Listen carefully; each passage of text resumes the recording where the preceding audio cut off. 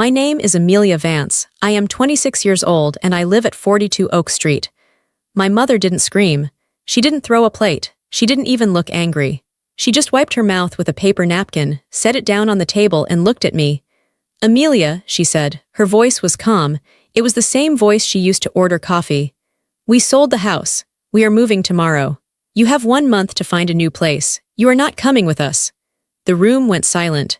I felt cold instantly, like someone had opened a window in winter. I looked at my father, hoping he would say something, hoping he would tell her this was a bad joke. But he just kept staring at his plate, pushing peas around with his fork. My older sister smirked behind her glass of water. My younger sister leaned over and whispered, "Good luck paying rent." They didn't ask if I was okay. They didn't ask where I would go. They just wanted me gone. By the next morning, the house was empty. They took the furniture. They took the family photos. They took the life out of the rooms. They left me in a hollow shell. But they made one huge mistake. They thought I was helpless. They didn't know the truth about who had actually signed the papers. 6 months later, my phone buzzed with a text from my mom. "Why are you still there?" I looked at the message and started to laugh. She had no idea. But before I tell you how everything flipped, like and subscribe, drop a comment. Where are you watching from? My name is Amelia Vance. I am 26 years old. I learned how to be invisible when I was 6 years old. It wasn't a magic trick. It was a survival skill. I remember the day clearly. It was a Tuesday. I had come home from school with a drawing I was proud of. It was a picture of our house with a big yellow sun and 4 stick figures holding hands. I ran into the kitchen, excited to show my mother. She was on the phone. She held up a hand to stop me before I even opened my mouth. I stood there, freezing in place, waiting for her to finish. I waited for 10 minutes. My legs started to hurt. When she finally hung up, she didn't look at me. She looked past me at my older sister, Jessica, who had just walked in. "Jessica, did you find the dress for the dance?" Mom asked, her voice bright and interested. I lowered my drawing. I folded it in half, then in half again until it was a small square. I put it in my pocket and walked to my room. That night, I threw it in the trash. That was the first lesson. Do not interrupt. Do not demand attention. Do not take up space. By the time I was 26, I had perfected this art. My name is Amelia. To the outside world, I am a successful software engineer. I make good money. I solve complex problems. I lead a team of developers who respect me. But the moment I crossed the threshold of my parents' house, I stopped being Amelia the engineer. I became Amelia the furniture. I lived at home, not because I couldn't afford to leave, but because it was expected. Or at least, that's what I told myself. The truth was harder to admit. I stayed because I was desperate for them to notice me. I thought if I stayed close enough, if I was helpful enough, eventually they would see me. They didn't. My life in that house was lived in the margins. I was the background noise to their main event. Take my 25th birthday, for example. It fell on a Saturday. I had been looking forward to it for weeks. I thought maybe we could go to a nice dinner, just the 5 of us. I didn't want a party. I just wanted a meal where I picked the restaurant. 2 days before my birthday, my younger sister, Bella, had a crisis. Her boyfriend of 3 weeks had broken up with her. She was 19 and dramatic. She cried on the living room floor for hours. My mother rushed to her side. "Oh, my poor baby," she cooed, stroking Bella's hair. "My poor, sweet girl." My father hovered nearby, looking worried. "What can we do?" he asked. "Should we get her ice cream? Should we take her shopping?" I stood in the doorway, holding my car keys. I was about to drive to work, but I paused. "Mom," I said quietly. "About Saturday," Mom snapped her head up. Her eyes were sharp. "Amelia, honestly. Can't you see your sister is in pain? How can you be so selfish right now?" I felt the familiar sting in my chest. I just wanted to know if we were still doing dinner. "We can't go out to dinner," Mom said, turning back to Bella. "Bella is too upset to be in public. We'll order pizza. And don't expect a cake. I don't have time to bake." On my 25th birthday, we ate lukewarm pizza in the living room while watching Bella's favorite romantic comedy. No one said happy birthday. No one gave me a card. I spent the evening refilling Bella's water glass and cleaning up the pizza boxes. That was my role. I was the utility player. If the internet went down, they yelled for Amelia. If the dishwasher broke, they yelled for Amelia. If they needed money for a short-term loan that never got paid back, they came to Amelia. But when it came to the good things, the vacations, the celebrations, I was a ghost. Last summer, they planned a trip to Hawaii. I heard them talking about it at breakfast. Mom was looking at hotels on her iPad. Dad was talking about golf courses. Jessica was looking at bikinis online. That sounds fun, I said, trying to keep my voice casual. When are we going? The table went silent. Jessica smirked into her coffee cup. Oh, Amelia, Mom said, not looking up from her screen. We didn't think you'd want to come. It's very expensive, and we know you're saving your money. I have money, I said. I can pay for myself. It's already booked, Dad said quickly. He always spoke quickly when he was lying or uncomfortable. We only got 2 rooms, there's no space. Right, I said, no space. They went to Hawaii for 10 days. I stayed home and watered the plants. I took care of the dog. I brought in the mail. I watched their photos pop up on social media, smiling faces, flower necklaces, sunsets. In every caption, Mom wrote, "Family time is the best time." I wasn't in the photos. I wasn't in the captions. I wasn't in their minds. It wasn't just the big things. It was the daily erosion of my self-worth. It was the way they talked over me at dinner. If I started to tell a story about my day, Jessica would interrupt with a story about her gym class, and everyone would pivot to her. If I expressed an opinion on a movie, Bella would roll her eyes and say, "You have such boring taste, Amelia." And Mom would just nod. "Bella has a point, Amelia. You are a bit dry, boring, quiet, steady." That's how they saw me. I was the reliable old sedan parked in the driveway, while my sisters were the flashy sports cars. You don't take pictures of the sedan. You don't brag about the sedan. You just expect it to start when you turn the key. And when you're done with it, you park it and forget it exists. But they didn't know the truth. They didn't know that boring Amelia was a senior engineer at a major tech firm. They didn't know I had invested in stocks since I was 18. They didn't know I had built a side business designing apps that brought in more money than my father made in a year. I never told them. Why would I? They never asked. To them, I was just Amelia who fixed the Wi-Fi. Amelia who didn't date enough. Amelia who wore simple clothes and didn't wear enough makeup. I kept my success secret. It was the only thing that was truly mine. In a house where I had no privacy and no voice, my bank account was my rebellion. It was my secret armor. I used to dream that one day I would reveal it. I imagined a moment where I would buy them all expensive gifts and they would finally look at me with respect. They would say, "Wow, Amelia, we underestimated you. We're sorry." But as the years went on, that dream faded. I realized they didn't care about what I did. They only cared about what I could do for them, so I stayed quiet. I went to work, I came home, I ate dinner in silence, I washed the dishes. I went to my room. I was the daughter who never took up space. Until the day they decided I didn't deserve any space at all. To understand why I didn't fight back sooner, you have to understand the hierarchy of our house. It was a kingdom, and everyone had a rank. At the top sat my mother, Ellen. Mom was the queen. She wasn't a loud tyrant, she was a cold one. She ruled with silence and disappointment. Her love was a currency, and the exchange rate changed every day. If you looked good, if you agreed with her, if you made her look like a good mother in front of her friends, you earned a sliver of affection. But if you embarrassed her, if you disagreed, you were frozen out. Mom cared about appearances more than anything. She wanted the perfect house, the perfect lawn, and the perfect daughters. Jessica and Bella fit the mold. They were loud, blonde, and social. They knew how to play the game. I was dark-haired, quiet, and introverted. I was a glitch in her perfect image. Mom didn't yell at me, she just edited me. "Are you wearing that?" she would ask, looking at my sweater. "It makes you look so washed out." "Why can't you be more like Jessica?" she would sigh. "She has so many friends." She chipped away at me day after day.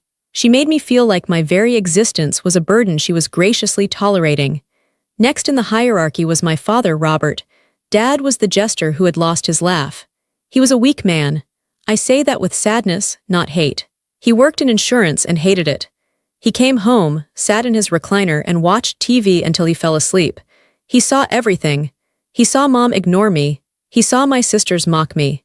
Sometimes I would catch him looking at me with a sad, apologetic expression. But he never spoke up. "Robert, tell Amelia she can't wear those shoes," Mom would say. "Amelia, listen to your mother," he would mumble, not looking away from the TV. He chose peace over protection.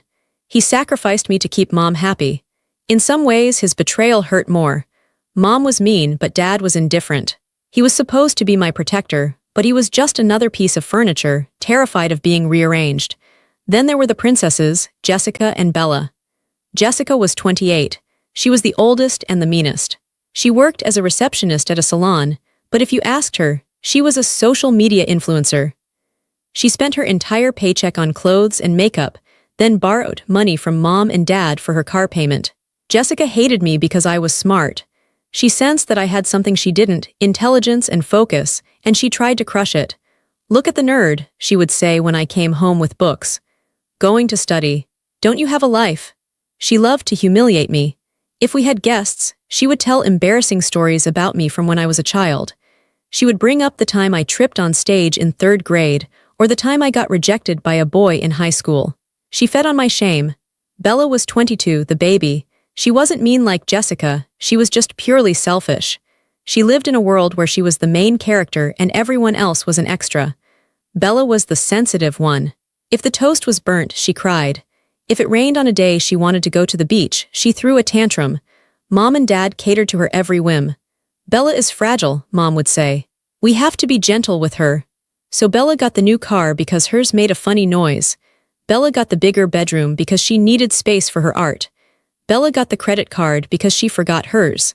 And then, at the bottom of the hierarchy, was me. Amelia, I was the servant, the fixer, the scapegoat. My role was to absorb the negativity in the house so the others didn't have to.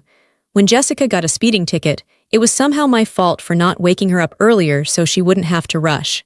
When Bella failed a college class, it was my fault for not helping her study, even though I was working 60 hours a week.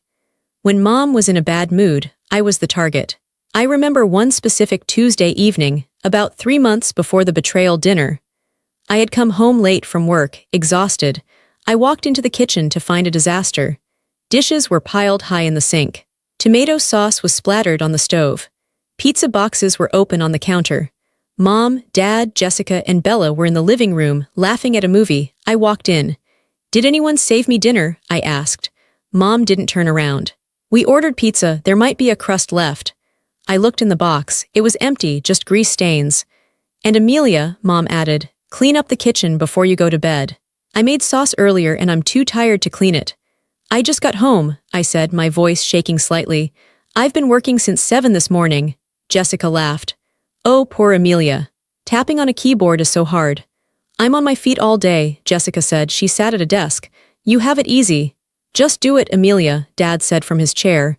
"Don't start an argument. We're trying to relax." I stood there for a moment. I looked at their backs. They were a unit, a closed circle. I was on the outside, looking in. I went to the kitchen. I scraped the dried sauce off the stove. I loaded the dishwasher. I wiped the counters. I ate a piece of plain toast over the sink. I washed their plates. I washed the forks they used to feed themselves while I starved. As I scrubbed a stubborn stain on a pot, I realized something. I wasn't just their daughter, I was their appliance. I was useful to them, but I wasn't loved by them. And you don't keep an appliance when you move houses. You sell it. You leave it behind, you upgrade. I just didn't realize how soon my expiration date was coming. The air in the house was strange that day. It felt heavy, like the atmosphere before a thunderstorm. I had come home early, around 5 p.m. Usually the house was chaotic, but today it was quiet. Too quiet.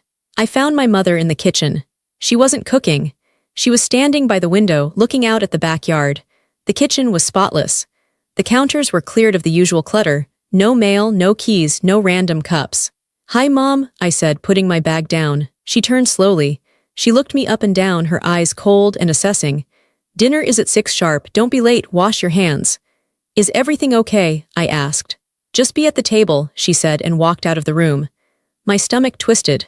A family meeting. We never had family meetings unless something was wrong. Had someone died? Was Dad sick? I went upstairs to my room. I changed out of my work clothes into a comfortable sweater and jeans. I sat on my bed for a moment, looking around. My room was the smallest in the house. It barely fit my bed and a small desk. The walls were painted a pale gray. I had chosen myself. It was my sanctuary. I heard the front door open. Dad was home, then the giggling of my sisters. They were all here. At 6 p.m., I went downstairs. The dining room table was set. Not with the everyday plates, but with the good china.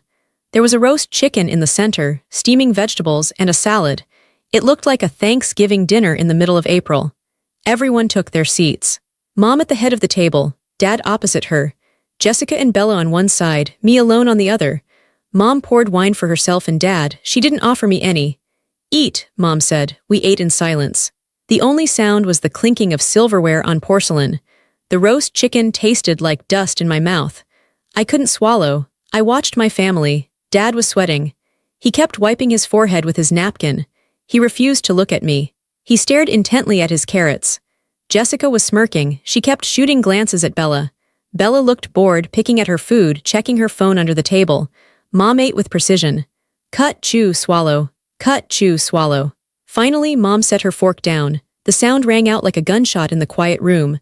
Robert, she said. Dad jumped slightly. He cleared his throat. Yes, Ellen. Tell her, Mom commanded. Dad looked at me then for a split second before his eyes darted away to the wall behind my head. Amelia, he began, his voice weak. We have some news. I gripped the edge of the table. What is it? We've sold the house, Dad said. I blinked. You sold the house, this house? Yes, Mom interrupted. Her voice was steady, void of any emotion. We accepted an offer 2 months ago. The closing was finalized yesterday. I was stunned. But where are we going? Why didn't you tell me? We are moving to Arizona, Mom said. Your father and I are retiring. The climate is better there. We bought a beautiful condo in Scottsdale. It has a pool, a golf course view. It's perfect. My brain was trying to catch up. They were moving to Arizona. Okay, I said slowly. That's big news. When do we move? Mom picked up her wine glass and took a sip. She looked at me over the rim. We move tomorrow. I froze. Tomorrow? The movers are coming at 7 a.m., Mom said. Everything is packed. The boxes are in the garage. We've been packing while you were at work for the last few weeks. I looked at them, packed, while I was at work. That explained the quietness, the closed doors. But I stammered. I haven't packed, I have work. How can I pack everything tonight? Mom set her glass down. She folded her hands on the table. She looked at me with a gaze so direct and so cold it felt like she had slapped me. You don't need to pack for Arizona, Amelia. You're not coming. The world stopped. The clock on the wall stopped ticking. What? I whispered. The condo is a 2-bedroom, Mom explained, as if she were talking to a slow child. 1 room for us. 1 guest room for when the girls visit. She gestured to Jessica and Bella. Jessica is moving in with her boyfriend next week, Mom continued. And Bella is coming to Arizona with us until she finds a job there. She'll stay in the guest room. I looked at my sisters. Jessica was grinning openly now, a cruel, satisfied smile. Bella gave a little shrug as if to say, sorry, not sorry. So, I said, my voice trembling. I have nowhere to go. You are 26 years old, Mom said. It is time you stood on your own 2 feet. We have supported you long enough. Supported me, I said, my voice rising. I pay rent, I pay for the groceries. I pay the internet bill, I fix everything in this house. Lower your voice, Mom snapped. You are ungrateful. We gave you a roof over your head. Now the roof is sold. You have 1 month to vacate the premises. The new owners don't take possession for 30 days. We negotiated that specifically for you. See, we are generous. Generous? I choked out. You're leaving me tomorrow with no notice. I looked at my father. Dad, please. You can't do this. Dad looked at his plate. Your mother thinks it's best, Amelia. It's time for you to launch. Launch? I laughed, a hysterical, broken sound. You're not launching me. You're evicting me.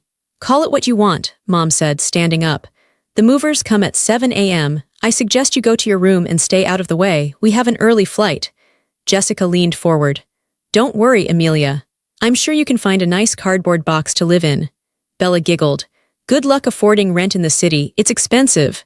I looked at them, my family, my blood. They sat there, well-fed, comfortable, watching my life fall apart with amusement. I stood up, my legs felt shaky. I looked at my mother one last time. You're really doing this? I asked. It's done, she said. Now clear the table. I don't want dirty dishes left for the movers. I looked at the plates. I looked at her. No, I said. The room went silent. Excuse me, Mom said. No, I said again, stronger this time. I'm not clearing the table. I'm not washing your dishes. If I'm not part of this family, I'm not your servant anymore. I turned and walked out of the room. Behind me, I heard my mother gasp.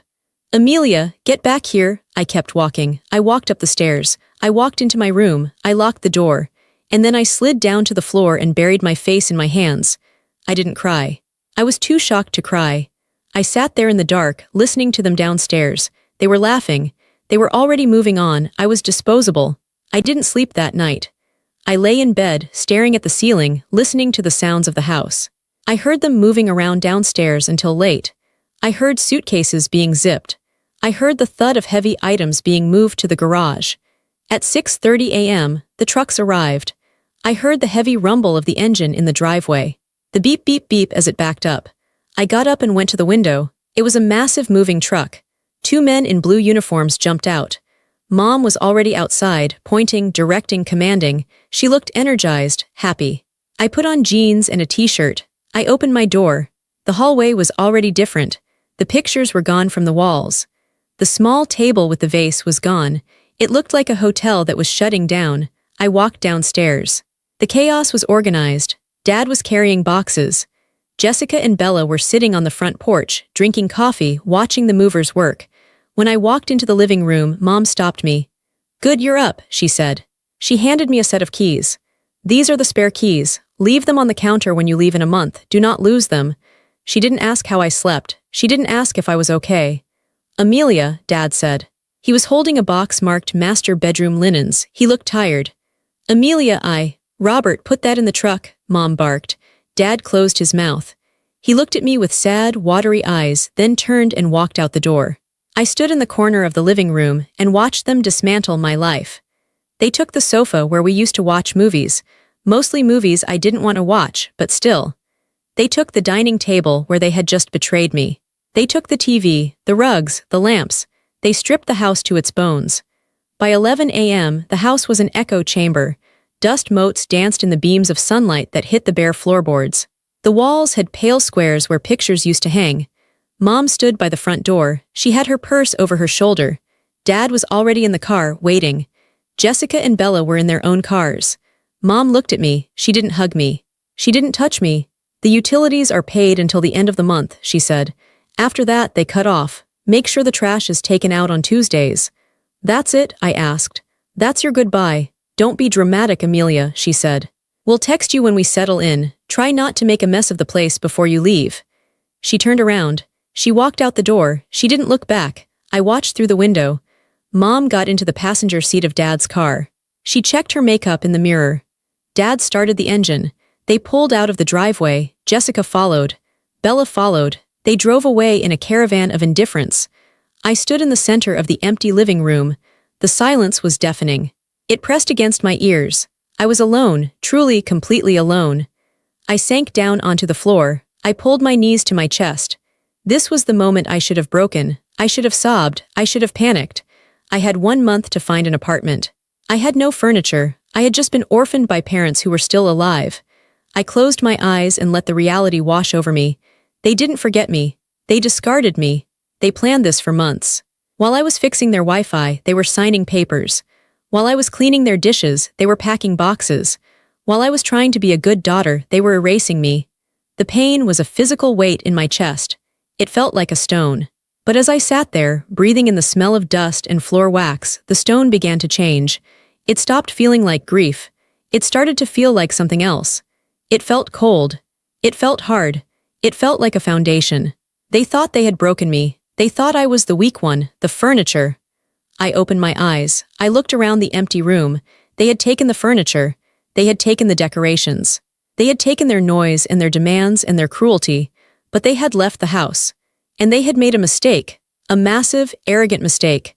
I reached into my pocket and pulled out my phone. I unlocked it and opened my banking app. I looked at the balance. Then I opened my email. I scrolled down to a folder marked Project Home. I opened the email from the real estate attorney I had hired 2 months ago. The subject line read, "Confirmation of closing." I read the text again just to feel the power of it. "Dear Miss Amelia Vance, congratulations. The deed has been recorded. You are the official owner of the property at 42 Oak Street. The sellers have agreed to the 30-day leaseback period, after which full possession reverts to you." I stood up. My legs weren't shaking anymore. They hadn't just sold the house. They had sold it to an LLC called AV Tech Holdings. They thought they were selling to some faceless investor who would tear it down or rent it out. They didn't know AV stood for Amelia Vance. They sold their home to the daughter they pushed away, and they didn't even know it. I walked to the front door and locked it. The sound of the deadbolt sliding into place was the most satisfying sound I had ever heard. I wasn't homeless. I wasn't helpless. I was the landlord. And in 6 months, when they realized what they had done, they were going to wish they had treated the furniture with a little more respect. I walked into the kitchen. It was empty, but it was mine. I walked into the living room. It was bare, but it was mine. I took a deep breath. For the first time in 26 years, the air in this house didn't smell like fear. It smelled like freedom. I didn't need to pack. I didn't need to leave. I had work to do. I had a house to renovate. And I had a life to build. 1 month, that's what they gave me. I looked at the empty spot where the dining table used to be. 1 month, I said aloud. My voice didn't tremble. Game on. You might be wondering how the furniture of the family, the daughter who was ignored, silenced, and treated like a servant, managed to buy a house right under her parents' noses. It wasn't magic. It was anger, and it was preparation. The story of how I bought the house actually began 2 months before the betrayal dinner. It began on a Tuesday afternoon, a day that felt just like any other. I was at work. As I mentioned, my family thought I was a low-level IT support worker. They thought I spent my days resetting passwords and crawling under desks to plug in cables. That's what they told their friends. Amelia works with computers, my mother would say with a dismissive wave of her hand. It pays the bills, I suppose. The truth was very different. I was a senior back-end engineer for a major fintech company. I had been promoted 3 times in 4 years. I also had equity. And because I had no social life, since my family demanded all my free time, I had a side hustle. I built specialized plugins for e-commerce sites. They were small, unglamorous pieces of code, but they were used by thousands of stores. Every month, royalty checks deposited quietly into an account my parents didn't know existed. I had money. I had savings. I had excellent credit. I just didn't have a voice. That Tuesday, I was sitting at my desk, eating a sandwich, scrolling through my phone. An alert popped up from a real estate app I had downloaded years ago, mostly to daydream about moving out. New listing in your area, 42 Oak Street. My heart stopped. 42 Oak Street, that was my address. I stared at the screen. I thought it was a glitch. I refreshed the page. The listing loaded. There was a picture of the front of our house, taken from the street. The grass was freshly cut. The flower beds were weeded. I knew they were weeded because I had done it myself that Saturday. Charming 4-bedroom colonial in a sought-after neighborhood. Motivated sellers, retiring to Arizona. Retiring to Arizona, I felt a rush of blood to my head. My hands started to shake. I clicked on the photos. There was the living room, the dining room, the kitchen, my parents' bedroom, Jessica's room with her posters on the wall, Bella's room with her fairy lights. And then photo number 18. It was my room. But it wasn't my room. In the photo, my bed was there, but my quilt was gone. It had been replaced by a generic white comforter. My books were gone from the nightstand. The painting I had made, the one thing of mine on the wall, was taken down. They had staged my room to look like a guest room. They had erased me. I sat there in my office chair, surrounded by the hum of servers and the chatter of my colleagues, and I felt a cold rage take over my body. They were selling the house. They hadn't told me, and judging by the photos, they had planned this for weeks. They had waited until I was out of the house to let the photographer in.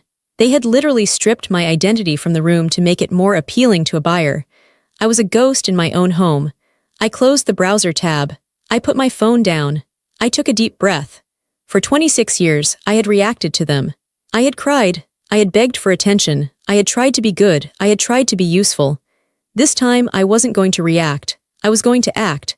I picked up my phone again. I didn't call my mother. I didn't call my father. I searched for real estate attorney. I found a man named Mr. Henderson. He had 5 stars and a kind face. I called his office. I need to make an offer on a house, I told the receptionist. But it needs to be anonymous. The sellers cannot know who I am. I met Mr. Henderson the next day during my lunch break. He was an older man with wire-rimmed glasses and a messy desk. He looked at me with curiosity. "Why the secrecy, Miss Vance?" he asked. "Usually, buyers want the sellers to know they are serious." "The sellers are my parents," I said. "If they know it's me, they won't sell. They think I'm broke. They think I'm helpless. They want to discard me, and I want to let them." Mr. Henderson looked at me for a long time, then he nodded. He didn't ask for details. He didn't judge. He just pulled out a legal pad. "We can form an LLC," he said. "A limited liability company. We'll call it, let's see, AV Tech Holdings. Sound boring enough? Perfect, I said. I will be the face of the transaction, he explained. I will communicate with their agent. Your name will not appear on the purchase agreement seen by the sellers. It will only appear on the back-end deed recording, which happens after the sale is closed. Can we do it fast? I asked. If you have the funds, we can do it very fast. Cash offers talk. I showed him my bank statement. Mr. Henderson's eyebrows shot up. Okay, he said. Miss Vance, you are a very capable young woman. That was the first time anyone had called me that in years. The next few weeks were a blur of double agency. By day, I went to work and managed the purchase. By night, I went home and played the part of the oblivious daughter. It was excruciating. I would come home and see my mother packing boxes. What's in the box, Mom? I asked one night. Just clearing out clutter, she lied, not looking at me. Donating old things. She was wrapping her crystal vases. You don't donate crystal vases. I watch them lie to my face every single day. Dad, why are you painting the trim? I asked on a Sunday.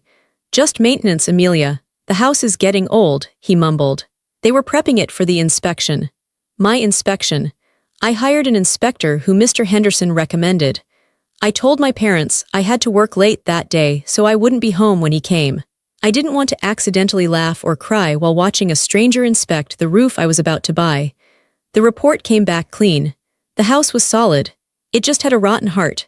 Then came the negotiation. My parents were greedy. They listed the house for $50,000 more than it was worth. Mr. Henderson called me. They're asking too much, Amelia. We should counter. No, I said. Give them full asking price. But I have conditions. What conditions? I want a 30-day closing, and I want a clause that says the property is sold as is, but the sellers must vacate all personal property. And I paused. I want to give them a leaseback option. A leaseback? Yes, they can stay in the house for 30 days after closing. I don't want to kick them out immediately. I want them to think they have time. You're a better daughter than they deserve, Mr. Henderson mumbled. We submitted the offer, a full-price, all-cash offer from AV Tech Holdings. My mother was ecstatic. I remember the night their agent called them. We were eating tacos. My mother's phone rang. She answered it and her face lit up. Cash, she practically squealed. Full ask, oh my God, yes, we accept. She hung up and grabbed my father's hands. Robert, we did it. A tech company bought the house, an investment firm. They paid cash. Jessica clapped. That's amazing. That means you guys have extra money for the condo in Scottsdale, right? Yes, Mom beamed. We're rich. I sat there chewing my taco. I was the investment firm. I was the tech company. I was the one making them rich. And they didn't even look at me. What about Amelia? Dad asked quietly. Where will she go? Mom waved her hand. Oh, she'll figure it out. She's an adult. This is our chance, Robert. We can't let her hold us back. I drank my water to hide the smile that was fighting to form on my lips. It wasn't a happy smile. It was a sharp, dangerous smile. She'll figure it out. Yes, Mother, I figured it out. The closing happened while I was at work. I actually took the day off and went to Mr. Henderson's office. I signed the papers. I wired the money. I held the keys, my own set of keys, in my hand. When I came home that night, the sold sign was up in the yard. My parents were popping champagne. Amelia, Mom called out. Have a glass of champagne, we have great news. What is it? I asked, playing dumb. We sold the house, she announced. To a big company, we're moving to Arizona. Congratulations, I said. I took the glass. To the new owners. To the new owners, Mom cheered. I hope they tear it down. I'm done with this place. I drank the champagne. It tasted like victory. That was the secret. That was the quiet power. While they treated me like a child who couldn't tie her own shoes, I was executing the biggest financial transaction of their lives. I held that secret inside me like a burning coal. It kept me warm when they told me to leave. It kept me steady when they drove away. They thought they were abandoning me in an empty house. They didn't know I had the deed in my pocket. The first night alone in the house was strange. I locked the door after they left. The silence was heavy. For years, the sounds of this house had been the sounds of my oppression, my mother's sharp footsteps, Jessica's loud TV, the slamming of doors. Now there was nothing, just the hum of the refrigerator and the wind outside. I ordered a pizza, a large pepperoni pizza just for me. I sat on the floor of the living room, right in the center, and ate it out of the box. I didn't have a table, I didn't have a chair, but I had peace. I slept on the floor that night, on a camping mattress I had bought. I woke up the next morning with a stiff back, but when I opened my eyes, I didn't feel that familiar dread. Usually I woke up wondering, what will Mom be mad about today? What did I forget to do? Today nobody was mad. Nobody needed me. I stood up, stretched, and looked at the empty walls. Okay, I said. Time to exorcise the ghosts. The renovations started that weekend. I didn't just want to furnish the house, I wanted to reclaim it. I needed to scrub their energy out of the drywall. My mother loved beige. Beige walls, beige carpets, beige curtains. She said it was elegant. I thought it was suffocating. I went to the hardware store and bought paint, not beige. I painted the living room a soft, warm sage green. I painted the kitchen a bright, cheerful yellow, a color my mother famously hated. She called yellow trashy. I thought it looked like sunshine. I painted my old room, the room they had erased, a deep, calm navy blue. I turned it into an office. I wasn't going to sleep there anymore. I was taking the master bedroom. Taking the master bedroom was a psychological hurdle. The first time I walked into it, I felt like I was trespassing. This was the Queen's chamber. This was where the decisions were made. I ripped up the carpet. It smelled like my father's cologne and my mother's hairspray. I had the hardwood floors underneath refinished until they gleamed. I bought a bed. A huge, king-sized bed with a velvet headboard. I bought white linen sheets with a high thread count. I bought pillows that felt like clouds. I bought a sofa for the living room, not leather. I bought a soft, gray sectional that you could sink into. I bought colorful rugs. I bought plants, dozens of plants. Monstera, fiddle leaf figs, pothos. I filled the house with life. I spent money I had been saving for years. And every dollar I spent felt like I was buying back a piece of my soul. My work life changed, too. Without the constant drain of my family's drama, I had energy. I wasn't rushing home to cook dinner for ungrateful people. I wasn't spending my weekends running errands for Bella. I stayed late at the office because I wanted to. I took on a new project leading a team of junior developers. One day, my boss, Sarah, called me into her office. "Amelia," she said, "you're different lately." I tensed up. "Different bad?" "No," she smiled. "Different good, you're lighter, you speak up more in meetings, you seem confident. Whatever you're doing, keep doing it." I smiled. "I just got rid of some dead weight at home," I said. "Well, it suits you," she said. "We're giving you a raise and a bonus." I walked out of her office feeling 10 feet tall. 6 months passed. The house was unrecognizable. It wasn't the Vance family home anymore. It was Amelia's house. I had friends over, real friends. People from work and a few friends from college I had reconnected with. We had dinner parties. We sat on my yellow kitchen chairs and drank wine and laughed. Nobody made fun of me. Nobody interrupted me. Nobody told me to clear the table while they relaxed. I was happy. Actually, genuinely happy. I had almost forgotten about them. They were in Arizona. I assumed they were living their perfect, retired life. They had sent a few texts in the beginning. "Mom, week 1, we arrived. The condo is smaller than we thought. Bella is complaining about the heat. Dad, week 3, do you know where the tax files are? I think I left them in the attic. Jessica, month 2, hey, can you Venmo me $50? I'm short for rent." I ignored Jessica. I answered Dad briefly. I sent Mom a thumbs-up emoji. I stopped checking my phone for their approval. I didn't care if they liked my profile picture. I didn't care if they commented on my status. I had cut the cord. But the universe has a way of testing you just when you think you're safe. It was a Tuesday evening, exactly 6 months after they left. I was sitting on my velvet sofa, reading a book. The windows were open, letting in a cool breeze. My cat, I had adopted a cat named Luna, was purring on my lap. My phone buzzed on the coffee table. I picked it up. It was a text from Mom. "Mom, why are you still there?" I stared at the screen. My stomach gave a little lurch, a phantom reflex of the old fear. Why are you still there? How did she know? I realized then. Mrs. Gable, the neighbor across the street. Mrs. Gable was a notorious gossip. She and my mother used to talk for hours.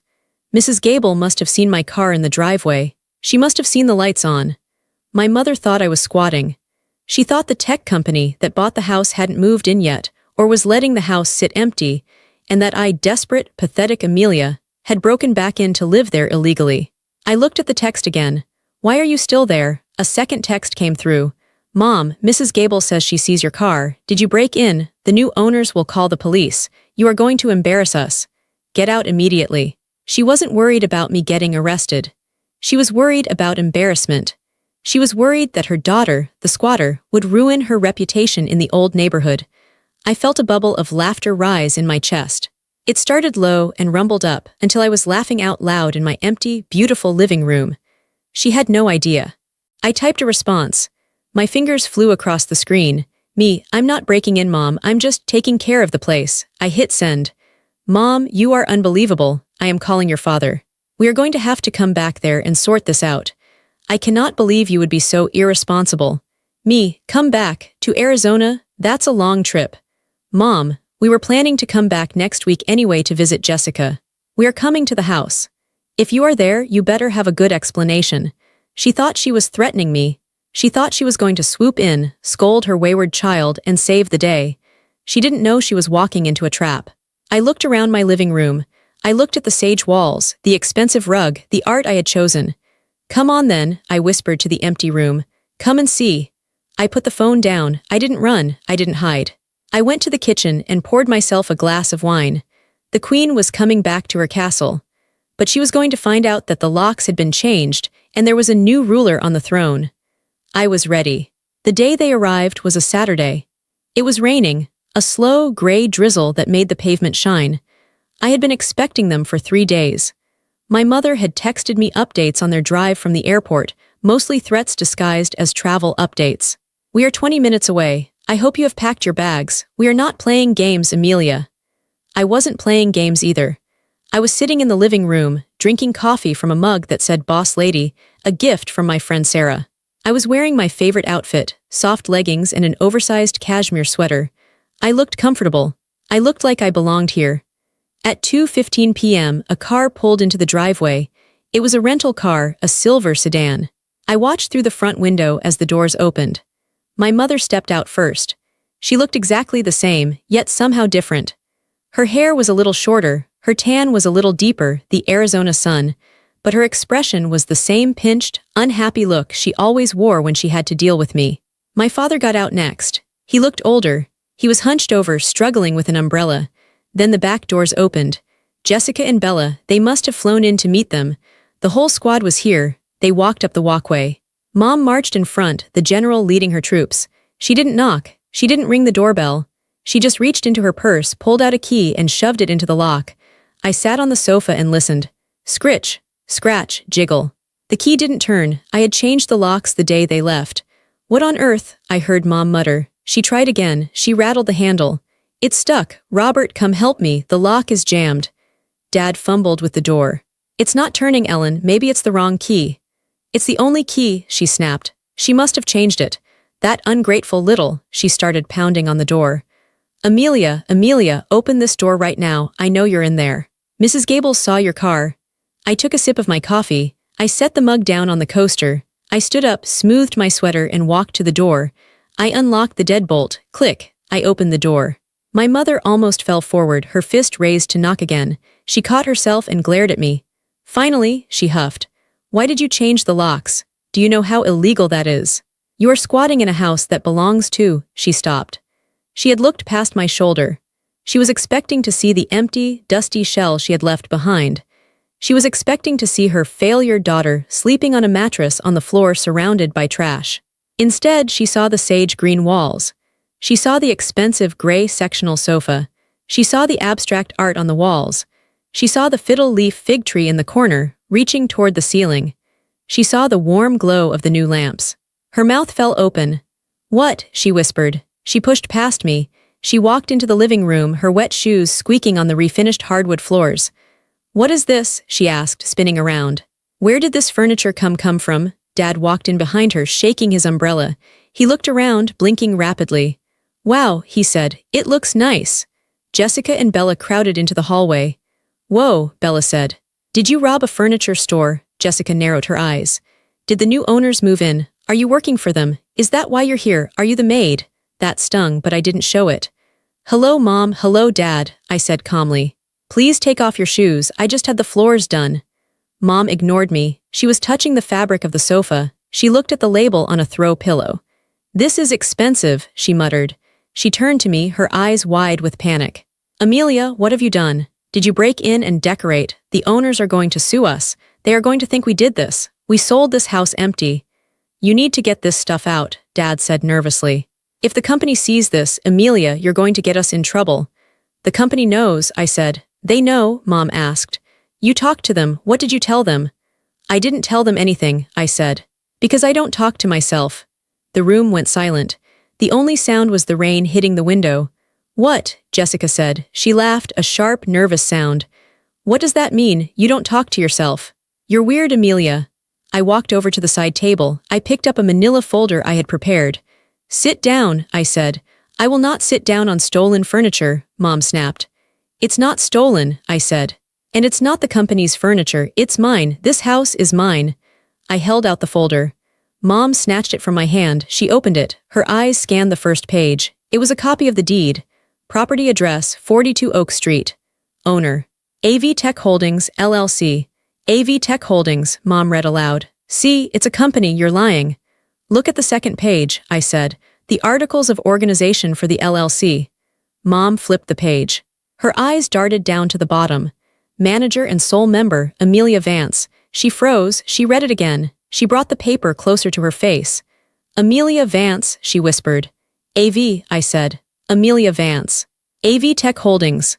Mom looked up at me. Her face was pale, drained of all color. She looked from the paper to me, then back to the paper. You, she said, you bought the house. Yes, I said. But Dad stammered. It was a cash offer. Hundreds of thousands of dollars. Where, how? I have a job, Dad, I said. A good job, I've had it for years, you just never asked. But you work in it, Jessica said. You fix printers. I'm a senior software engineer, I corrected her. I build the systems that banks use to process payments. I make 3 times what Dad makes. I saw the shock hit them like a physical wave. Jessica's jaw dropped. Bella looked confused, like she was trying to do math in her head. Dad looked ashamed. But Mom looked angry. She threw the folder onto the coffee table. You tricked us, she screamed. I didn't trick you, I said. I made an offer, you accepted it. You hid behind a company, she yelled. You let us think we were selling to strangers. You let us move to Arizona. You wanted to move to Arizona, I reminded her. You told me to leave. You gave me 1 month, remember, you're not coming with us. That's what you said. But if we had known you had this kind of money, Mom trailed off. Her eyes narrowed. If we had known, we wouldn't have sold it to you. Why? I asked. Because you would have wanted me to give you the money instead. Because you would have expected me to pay for your retirement and still live in the small bedroom. She didn't answer. The silence was the answer. We sold it for $50,000 over market value, Dad whispered. You paid extra. I paid what I had to, I said. To keep my home. To keep the only safe place I've ever known, and to make it actually safe. You have money, Jessica said slowly. She looked around the room with a new expression. It wasn't mocking anymore. It was greedy. You're rich. I'm comfortable, I said. And you let us struggle, Mom said. She crossed her arms. We are living in a condo the size of a shoebox. The air conditioning broke last week. We are sweating to death in Arizona, and you are sitting here in luxury. You chose Arizona, I said. You chose to sell. You chose to leave me behind. We're family, Mom shouted. You don't do this to family. That's funny, I said. I felt a cold, hard calmness settle over me, because that's exactly what you did to me. The air in the room was thick. The realization was sinking in. Their furniture daughter, the one they ignored, the one they mocked, held all the cards. Mom changed tactics instantly. The anger melted away, replaced by a look of wounded martyrdom. She sat down on the sofa she had refused to touch a moment ago. She sighed, a long, shaky sound. Amelia, she said, her voice softening into that manipulative tone I knew so well. I think we've all made mistakes here. We were stressed, the move was hard, we didn't mean to make you feel excluded. Excluded? I laughed. You kicked me out, you gave me 30 days. We were trying to help you grow, Dad chimed in, taking his cue from Mom. We wanted you to be independent. And look, it worked, you bought a house, we're proud of you. Proud? I asked. You're not proud, you're shocked, and you're embarrassed. Don't be like that, Jessica said. She walked over and sat on the arm of the sofa. So since you have all this space, maybe I could stay here for a bit. Arizona is boring, I miss my friends here. Yeah, Bella added, looking at the big TV mounted on the wall. This place is actually cool now. Can I have my old room back? But can we paint it pink? I looked at them. They were like water, they flowed into whatever container was available. They saw a resource and they immediately tried to consume it. No, I said. What? Jessica said. No, I repeated. You can't stay here. None of you can. Amelia, be reasonable, Mom said. We are your parents. We are visiting. You have 4 bedrooms. You can't turn us away. I can, I said. And I am. I stood in the center of the room. I felt tall. For 26 years, I said, my voice steady, I lived in this house. And for 26 years, you made me feel like a guest. No, not a guest. A burden? That's not true, Dad protested weakly. It is true, I said.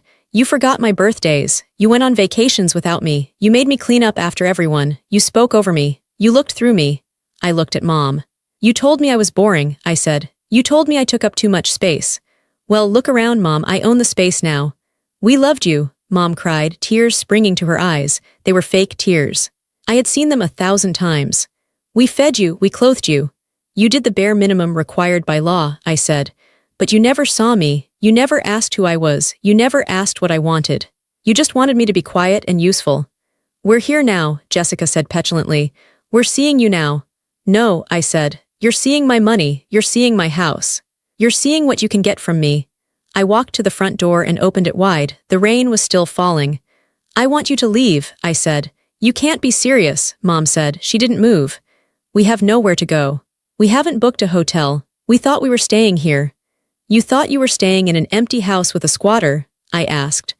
Or did you think you were going to kick the squatter out and stay for free? Either way, the plan failed. Amelia, please, Dad said. He looked genuinely old then. We're tired. I was tired too, Dad, I said. I was tired for years. I was tired when I cooked your dinners. I was tired when I paid your bills. I was tired when you looked at your plate while Mom told me to get out. I pointed outside. Go to a hotel. Go to a friend's house. Go back to Arizona. I don't care, but you are not staying here. Mom stood up. Her face hardened again. The tears vanished instantly. You are a cruel, vindictive girl, she spat. You planned this. You trapped us. I protected myself, I said. There's a difference. If you throw us out, Mom threatened, don't expect us to call you. Don't expect to be part of this family. Mom, I said, looking her dead in the eye, I haven't been part of this family for a long time. You just made it official when you sold the house. She gasped. She grabbed her purse. Come on, Robert, she commanded. Come on, girls, she's insane. She marched to the door. As she passed me, she stopped. She looked at the house one last time, the warm walls, the beautiful furniture, the home she had never been able to create because she was too busy being cold. You'll be lonely, she said. You'll be all alone in this big house. I'd rather be alone in my house, I said, than lonely in a house full of people who don't love me. She flinched. She walked out into the rain. Dad followed.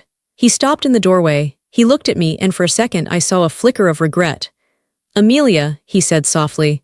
Goodbye, Dad, I said. I didn't soften. He had his chance to speak up. He had 26 years of chances, Jessica, and Bella stomped past me, rolling their eyes, muttering about how I was a witch and a loser. I watched them get back into the rental car. I watched the taillights flare red as they backed out of the driveway. I watched them drive away down the wet street. I closed the door. I locked the deadbolt. Click. I leaned my forehead against the cool wood of the door.